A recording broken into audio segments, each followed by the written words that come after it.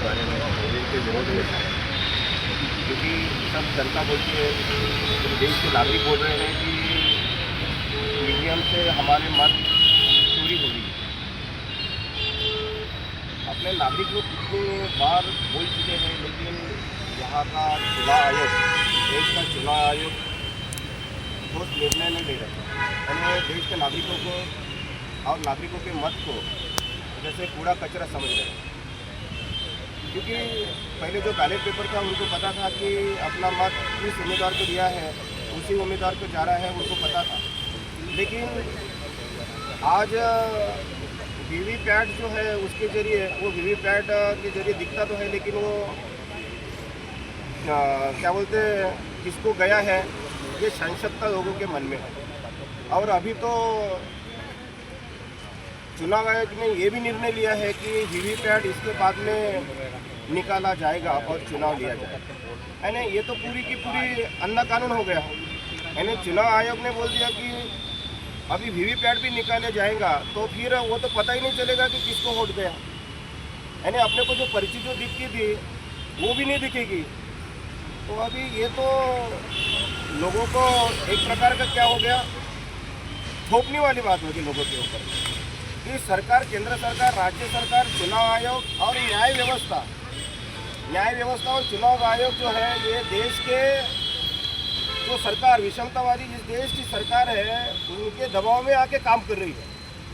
यानी ये 140 करोड़ लोगों को जो है, और उनको छोड़ के, जैसे उनकी जो संख्या है उनको छोड़ के जो है, जो लोग हमारे समर्थन में हैं कि क्या बोलते हैं, ईवीएम मशीन हटा के हमें बैलेट पेपर चाहिए, इतनी बड़ी जनता जो है बड़े तादाद में बोल रही है, तो इनको खड़े मोकड़ी जैसे समझ रही है यहाँ की शासन व्यवस्था।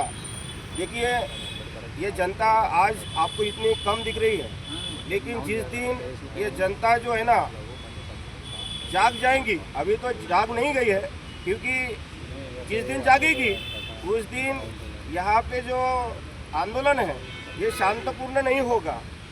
ये आंदोलन इतना तीव्र होगा कि यहाँ पे लोग अपनी जान भी देने के लिए, अपनी जान कुर्बान करने के लिए भी जो आगे पीछे नहीं देखेंगे, क्योंकि आज तो उनके संसार चल रहे हैं, क्योंकि यहाँ की जो शासन व्यवस्था जो चुनकर आ रही है गलत ईवीएम का गलत इस्तेमाल करके। लेकिन कल इन नागरिकों के जो इनके बच्चों को पढ़ा नहीं पाएंगे, क्योंकि इन्होंने स्कूलें बंद की है ईवीएम से गलत शासन में आके, जो है ईवीएम के गलत उपयोग करके जो है ये शासन कर रहे हैं। और इन्होंने जो है महंगाई बढ़ा दी है, बेरोजगारी तैयार की है, भांडवल की व्यवस्था लाई है, जो एनएम महानगर पालिका की स्कूलें हैं, पंचायत समिति का स्कूलें हैं या जिला परिषद स्कूल है, इन्होंने बंद कर दिए।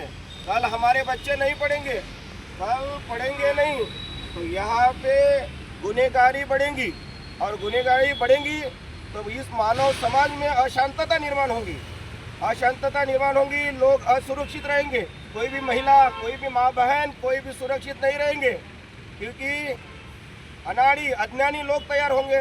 तो यहाँ पे जो कोई मानव सुखी नहीं रहेगा। और इसके लिए यहाँ की जो है शासन व्यवस्था, जो विषमतावादी, खास करके बीजेपी शासन व्यवस्था जिम्मेदार होंगी, और उनको सपोर्ट करने वाली जो दल है वो जिम्मेदार रहेंगे। इस अशांतता में भारत देश को संभालने की ज़रूरत जो है अभी आई है।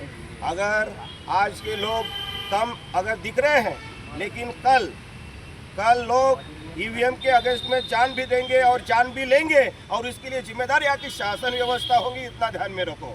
यही हम वंचित बहुजन आघाड़ी के माध्यम से, और यहाँ के हमें समर्थन दिया है कांग्रेस पक्ष ने, और भी एक और दो की दल है, उन्होंने हमें समर्थन दिया है, उनके हम जो है धन्यवाद कहते हैं। और वही लड़ाई केंद्र शासन में, आज दिल्ली में भी आंदोलन है, वो वहाँ पे लड़ रहे हैं, हम अपने शहर में लड़ रहे हैं। लेकिन यही से हम संदेश देते हैं, शांतिपूर्ण से हम चल रहे हैं। इसका मतलब ये नहीं कि हम क्रांति नहीं करेंगे। आपको अगर रक्त रंजित क्रांति चाहिए तो उसके लिए भी हम आगे की सोच रहे हैं, लेकिन हम आगाह कर रहे हैं कि आप सुरक्षित नहीं रह पाएंगे। यही इस आंदोलन से हम आपको सूचित करना चाहते हैं। Thank you. जय भीम, जय भारत। सर